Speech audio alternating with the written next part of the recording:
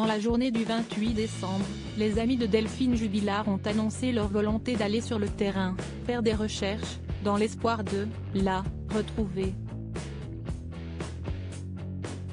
Des fouilles qu'elle mène depuis le 15 décembre 2020, date à laquelle l'infirmière cagnacoise s'est mystérieusement volatilisée. Malheureusement, quelques heures plus tard, ces dernières ont partagé le dénouement de leurs recherches. Comme toute fin de recherche, nous rentrons toujours avec le cœur serré et rempli de désespoir de ne pas t'avoir retrouvé, ont-elles rapidement indiqué. Une prise de parole difficile, suite à la non-découverte d'éléments nouveaux, dans laquelle les amis de Delphine ont ensuite levé le voile sur les lieux qu'elles ont sondés. Nous avons vérifié certains points GPS, que certaines personnes nous avaient envoyés, notamment au cimetière d'Almaz, ont-elles précisé, dépitées. Supérieur à lire, minute par minute, Delphine Jubilard, retour sur le jour où elle a disparu. Delphine Jubilard, cet homme qui la cherche sans relâche. Mardi 27 décembre, la Dépêche du Midi a rencontré Jérémy. Un homme de 36 ans, originaire d'Albi, non loin de Cagnac-les-Mines.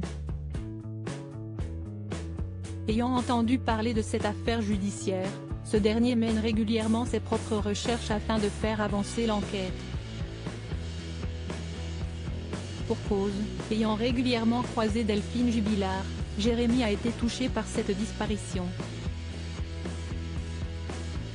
Actuellement sans emploi, l'Albigeois s'équipe d'un détecteur de métaux et d'une caméra endoscopique en vue de scruter chaque recoin ou cavité pouvant abriter un indice. Ça fait grosso modo 1 an et demi que je me suis consacré à ça, a-t-il confié.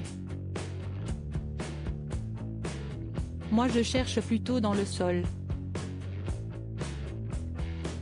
Zone par zone, je passe tout au peigne fin avec mon détecteur de métaux.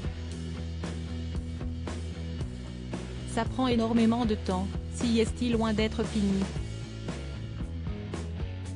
Principal suspect dans cette disparition, Cédric Jubilard demeure présumé innocent des faits qui lui sont actuellement reprochés. Crédit photo, capture d'écran Facebook.